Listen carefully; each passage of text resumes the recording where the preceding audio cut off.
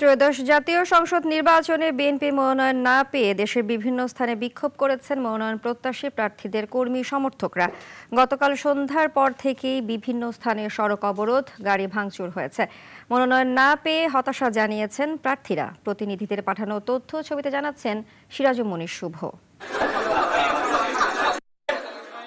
গতকাল সন্ধ্যায় ২৩৮ আসনের জন্য বিএনপির প্রার্থীদের নাম ঘোষণা করেন দলের মহাসচিব মির্জা ফখরুল।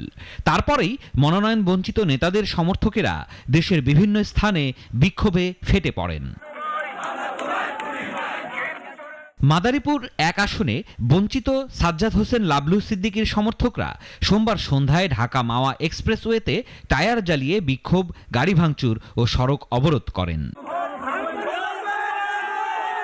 কুমিল্লা ৬ আসনে প্রার্থিতা না পেয়ে সাবেক এমপি হাজী আমিনুর রশিদ ইয়াসিনের সমর্থকরা কান্দিরপাড়ে রাতভর সড়ক অবরোধ ও টায়ার জ্বালিয়ে বিক্ষোভ করেন। তারা ঢাকা চট্টগ্রাম মহাসড়ক অবরোধ করলে প্রায় ২০ কিলোমিটার যানজটের সৃষ্টি হয়। কুষ্টিয়াতেও মনোনয়ন বঞ্চিতদের ক্ষোভও ছড়িয়েছে রাস্তায়।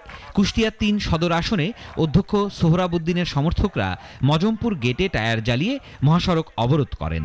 আমাকে কুষ্টিয়া ১ আসনে প্রার্থী ঘোষণার জন্য দেশনায়ক তারেক রহমানকে অভিনন্দন এবং ধন্যবাদ জানাই এবং কৃতজ্ঞতা প্রকাশ করছি।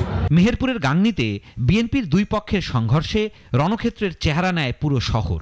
মনোনীত প্রার্থী আমজাদ হোসেন ও জেলা সভাপতি জাবেদ মাসুদ মিল্টন সমর্থকদের সংঘর্ষে আহত হয়েছেন অন্তত ১০ জন। ভাঙচুর করা হয়েছে ২০টির বেশি মোটরসাইকেল। মনোনয়ন পরিবর্তনের জন্য কর্মসূচি দিয়েছে, জ্বালাও পোড়াও ভাঙচুরের কর্মসূচি দিয়েছে, মানি না, অবৈধ।